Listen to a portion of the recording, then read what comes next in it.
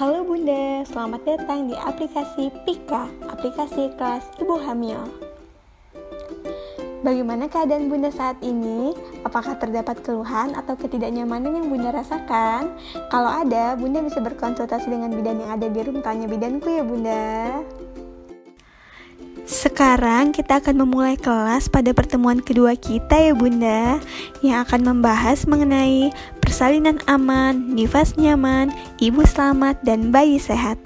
Seperti biasa, Bunda juga bisa mempersiapkan kertas dan juga pena jika ingin mencatat materi pada pertemuan kita kali ini. Setelah masa kehamilan, maka akan diikuti dengan masa persalinan. Persalinan juga tidak kalah penting harus Bunda ketahui, yaitu salah satunya dengan mengetahui tanda-tanda persalinan. Dengan mengetahui tanda-tanda persalinan, Bunda akan dapat menjalani kehamilan dengan tenang. Nah, apa saja sih tanda-tanda awal persalinan?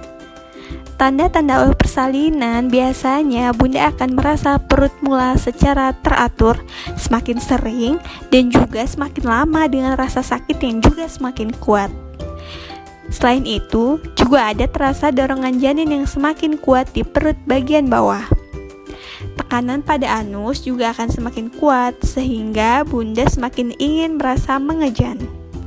Serta ada juga keluarnya air ketuban dari jalan lahir, sehingga pengeluaran lendir dan darah juga semakin banyak.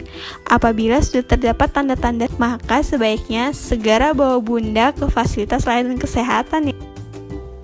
Nah, selanjutnya kita akan membahas mengenai bagaimana sih proses persalinan. Umumnya, proses persalinan pada anak pertama akan berlangsung selama kurang lebih 12 jam sejak mulas teratur yang pertama. Dan untuk anak kedua dan seterusnya biasanya lebih cepat dan kurang dari 8 jam. Ibu masih boleh makan, minum, buang air kecil, dan berjalan. Jika terasa sakit, maka tarik nafas panjang lewat hidung, lalu keluarkan lewat mulut.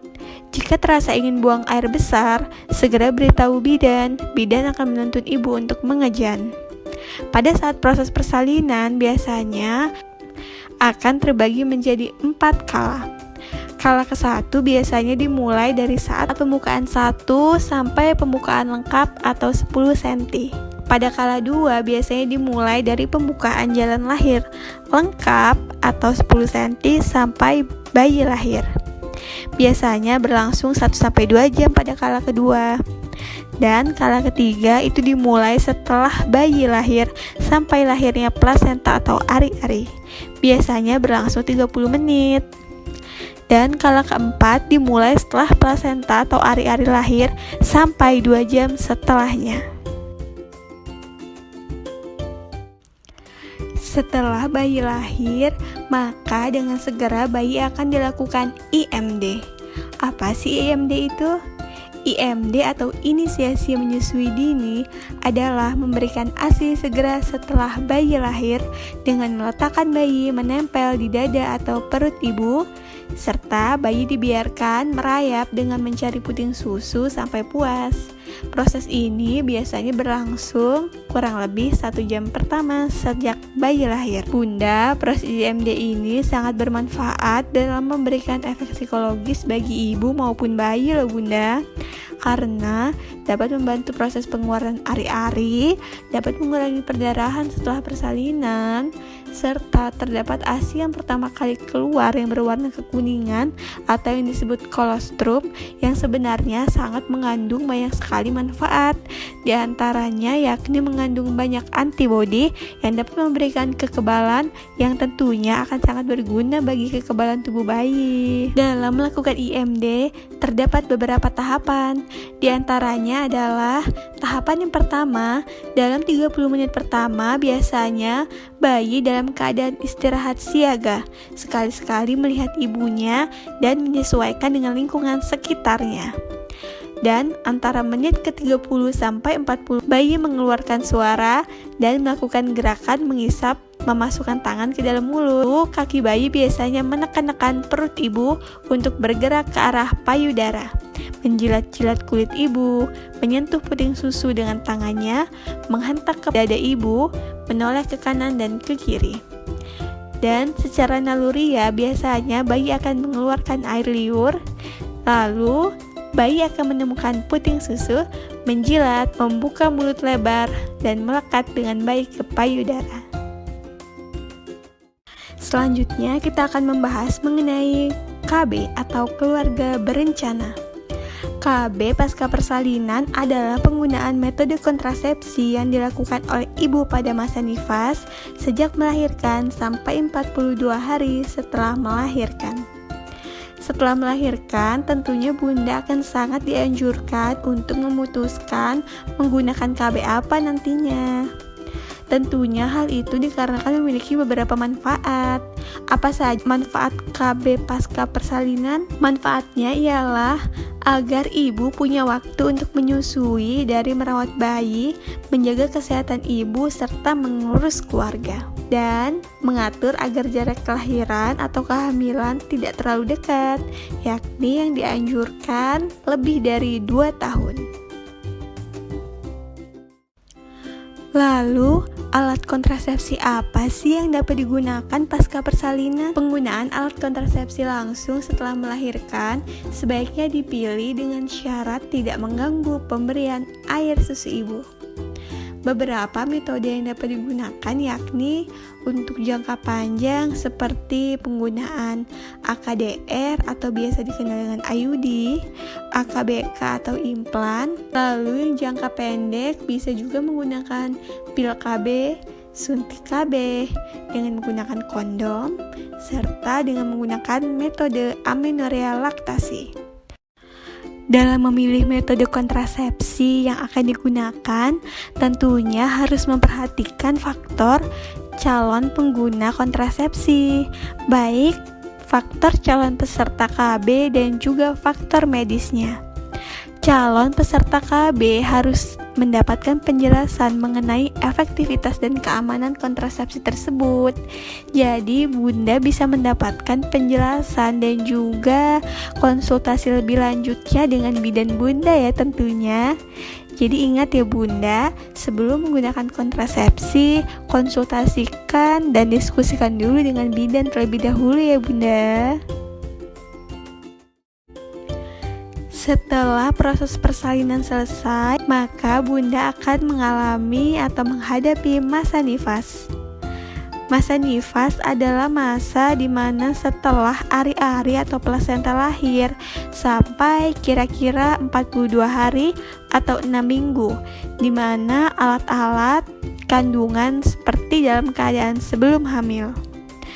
Dalam masa nifas, bunda akan mendapatkan kunjungan atau pelayanan kesehatan pada masa nifas, yakni KF1, yaitu pada masa 6 jam sampai 48 jam setelah persalinan. KF2 atau kunjungan nifas 2, yakni pada hari ke-4 sampai hari ke-7 setelah persalinan. Lalu kunjungan nifas ketiga yakni pada hari ke-8 sampai ke-28 setelah persalinan. Dan pada kunjungan nifas keempat yakni pada hari ke-22 sampai hari ke-42 setelah persalinan. Selanjutnya kita akan membahas tentang bagaimana menjaga ibu bersalin, ibu nifas, serta bayi sehat. Cara yang pertama ya, ibu nifas dianjurkan untuk makan makanan beraneka ragam. Kebutuhan gizi ibu nifas dan ibu menyusui lebih tinggi dibandingkan dengan kondisi wanita dewasa, bahkan ibu hamil. Karena kebutuhan ibu menyusui tidak hanya untuk dirinya sendiri, tetapi juga untuk memenuhi kebutuhan gizi bayi yang dilahirkan. Untuk mencapai kesehatan yang prima, ibu menyusui membutuhkan asupan gizi yang optimal sesuai dengan periode menyusuinya. Nah, ibu sangat dianjurkan untuk makan makanan yang beraneka ragam seperti makanan pokok, sudah pasti dianjurkan seperti nasi, jagung, sagu, singkong, ubi, dan sebagainya sesuai dengan kebiasaan bunda. Lalu juga banyak makan sayur dan buah-buahan. Lengkapi juga dengan lauk pauk, protein hewani dan juga nabati, serta minum air lebih banyak. Juga penuhi kebutuhan istirahat yang cukup. dengan cara saat bayi tertidur, sebaiknya Bunda juga ikut tidur. Lalu bersama dengan suami juga dianjurkan untuk melakukan komunikasi dengan baik kepada bayi, seperti berbicara dengan bayi sejak dini dengan lakukan sentuhan dengan cara mengusap atau mengelus bayi, serta menjaga kebersihan diri dan lingkungan, seperti mandi, termasuk membersihkan payudara dan daerah kemaluan, sikat gigi, dan ganti pakaian setiap hari. Cuci rambut teratur minimal 2-3 hari sekali, serta cuci tangan dengan menggunakan air sabun sebelum beraktivitas. Selanjutnya yang dapat dilakukan ialah melakukan pemeriksaan kesehatan selama nifas secara teratur baik ke bidan maupun ke dokter. Jadi apabila Bunda ada keluhan, kelainan atau sakit, segera mencari pertolongan ke bidan maupun dokter ya Bunda.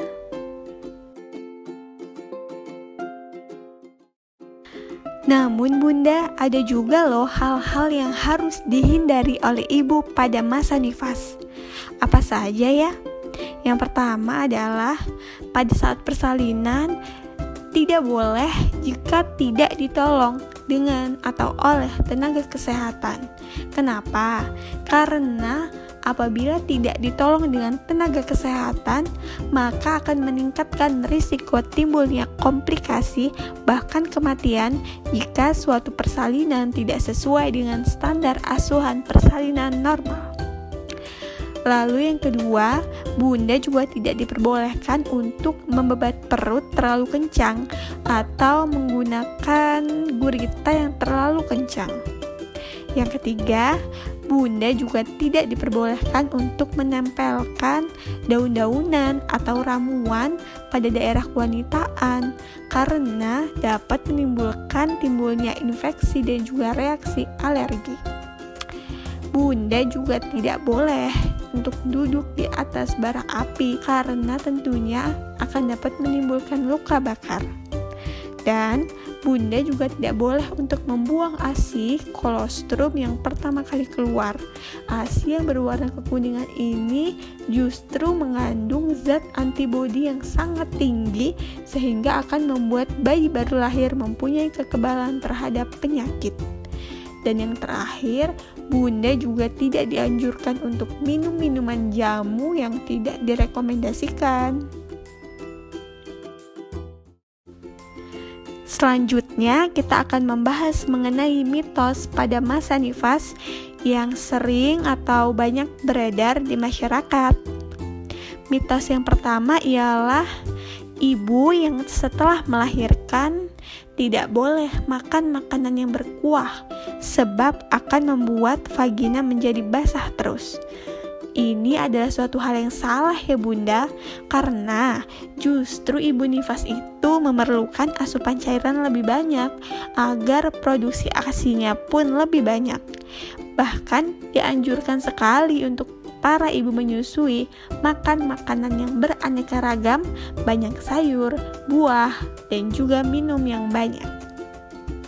Mitos yang kedua ialah setelah melahirkan, ibu tidak boleh makan ikan karena nanti darah yang keluar akan berbau amis. Wah, ini juga merupakan suatu kesalahan ya Bunda.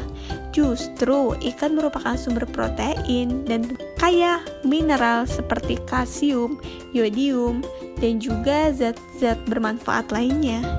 Tentunya hal tersebut sangat diperlukan untuk kualitas ASI, untuk menjaga agar ibu dan juga janin selalu sehat. Lalu mitos yang ketiga adalah ibu nifas dan bayi setelah lahir tidak boleh keluar rumah sampai 40 hari karena takut terkena guna-guna.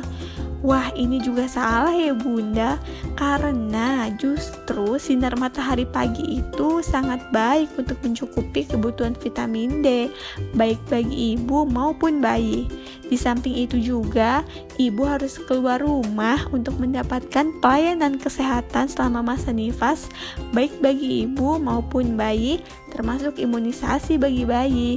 Jadi sebaiknya Bunda jangan termakan oleh mitos-mitos yang belum diketahui ya kebenarannya. Pertemuan kedua kita telah selesai, Bunda. Tidak terasa ya, Bunda. Sampai bertemu lagi kita di pertemuan selanjutnya. Jika terdapat keluhan dan masalah dalam kehamilan Bunda, jangan pernah ragu untuk segera datang ke bidan maupun dokter. Jaga kesehatan selalu ya, Bunda. Sampai ketemu lagi.